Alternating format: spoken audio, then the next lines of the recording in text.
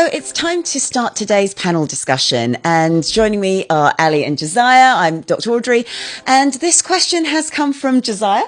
How do we deal with the current cost of living crisis? So let's throw it over to Ali, and what have you experienced? What have you seen in your work and in the people that you come across with the cost of living? Yeah, so I work with students. I work with international students in the education sector. I'm working at university, and yeah, it's a real challenge because university studies are very different from when I was there, when it was more about the studies, and now it's a case of you study but you feel like you have to work as well, and everything's more expensive. And what food do you eat? You find people skipping meals or not eating in the best way they can to nourish themselves because they're just juggling so many things. It must be so challenging. They're over here, they're international students I work with, they're over here on their own. Some of them perhaps are maybe too proud to ask for extra help from the parents or something like that. And they're young. They don't have the wisdom and the experience that we have of learning how to manage and being in a different country as well. It's a big thing. It can be, absolutely, and then that can really affect their ability to study, and that has repercussions as well. I mean, Josiah, you've got some ideas of what could be done, and actually these are quite big society changing ideas, which I think are very powerful. So from experience, right, so how it started for me is that when I moved into my house last year, or my new house, there was mint growing in our garden, and it was like, we don't have to go to the store anymore to buy mint tea. So let's try not buy that again. And it got to a point where sometimes your algorithm feeds you with things that you don't normally watch, just to give you new things to watch. Like, you might be interested in this, and obviously these would be videos about growing things at home for me. And I started off with spring onion because I thought, why not?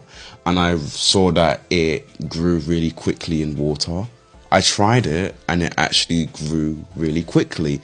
It grew moldy because it wasn't in soil, so I just planted it in soil, and it's been growing really. It's like this tall now. And I use it in. I'm gonna start using it soon in my meals. But also one thing that we can try to do, especially no matter what class we're in, our financial background, if we don't have a garden, we can buy pots as well. Not condemn the seeds that are in our food or the reproductive abilities. Like, if you see potatoes sprouting, what you can do is you can cut it and eat it. You can cut the roots and eat it. But if it's sprouting, you can plant it either in water or in a ground in a pot, and a few months later it will start to grow. It will be ready for harvest, but obviously you still have to take care of it. Like, it comes with like a lot of things, like carrots. I've got carrots growing in my room. I've got lettuce growing downstairs. Like, I just took the bottom bit and just snapped it from the main one, from the green bit, the leaves, and then I just planted it and it just started growing. So I think once we start off having that self-sufficient mindset of, not trying to just spend pounds and pounds and pounds at the store, because it's gonna hurt our wallets essentially, and it will come back to bite us essentially. So we need to have that mindset that we shouldn't go to the store for certain things if they're willing, if the things we buy are just gonna grow anyways. Like spring onion, it grows in the fridge even when you cut it. You're true. Yeah. But your point is really key there, because this is about not just looking after the environment, but it is about teaching people different skills. And this is something that I found as a teacher, and you're probably finding this at uni. Sometimes we teach young people skills for a world that doesn't exist anymore. And actually what you're talking about is not only going to be preventative for cost of living issues because you're growing your own food, but the act of gardening, getting out into nature, is preventative for mental health. I was just thinking exactly the same. How brilliant for mental health, because getting out in nature, doing something. When you're in the moment and you're doing something, then your brain's not thinking of other things, growing things. How amazing! I just hearing you talking about it, I thought, wow, why have I never thought about doing that?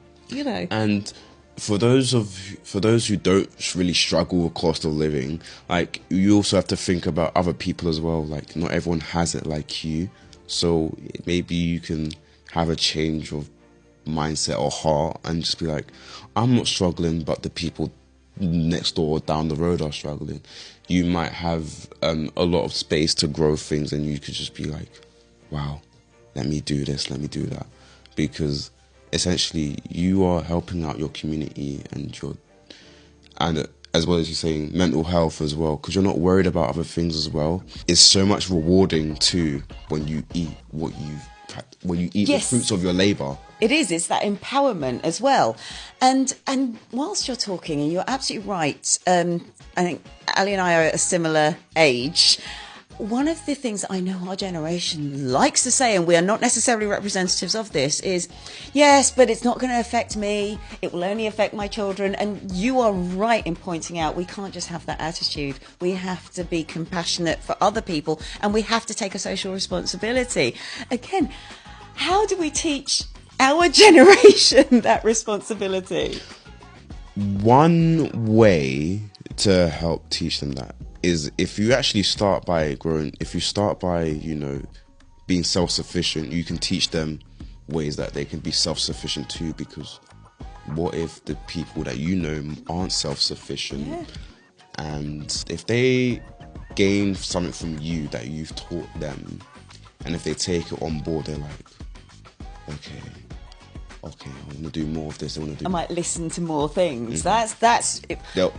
They'll take your example on board, and they'll want to go to you for more things. How would a uni respond, do you think, Ali, when it comes to saying, let's add this to the curriculum? Let's add something a little bit like PSHE in schools.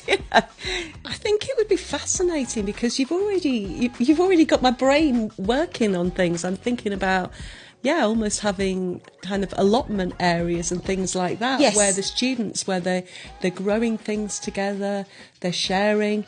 Therefore, as well, because if it's fresh vegetables, it's stuff you've grown, it's giving you a sense of worth, all those things. It's a really, really good idea. And you've also made me think as well, I know round where I live, there are allotments around there, and, people do give food away perhaps, but do they give that food away to people they know that don't necessarily need that food, or would that food be better given to other people who need it more? Connecting with a food bank, or connecting with a charity, or something like that. Absolutely, yeah. It helps the students have life skills that they wouldn't have, because it's all good knowing how to grow cress in school, but it's not going to be enough. It's not going to be enough. We need to know this. We need to keep doing it in order for us to actually not only enjoy it, but to do it ourselves when we're older. Yeah, absolutely. Oh my goodness. And it's something that businesses also need to think about as part of corporate social responsibility. It is about sustainability. And we're not just talking about, sustainability and let's get green or anything like that. We are talking about true sustainability of the environment, of the world that has given so much to us. We need to start giving something back. So let us know in the comments, or let us know on the show if you have other ideas for that true sustainability and empowerment that also boosts your mental health when it comes to the cost of living.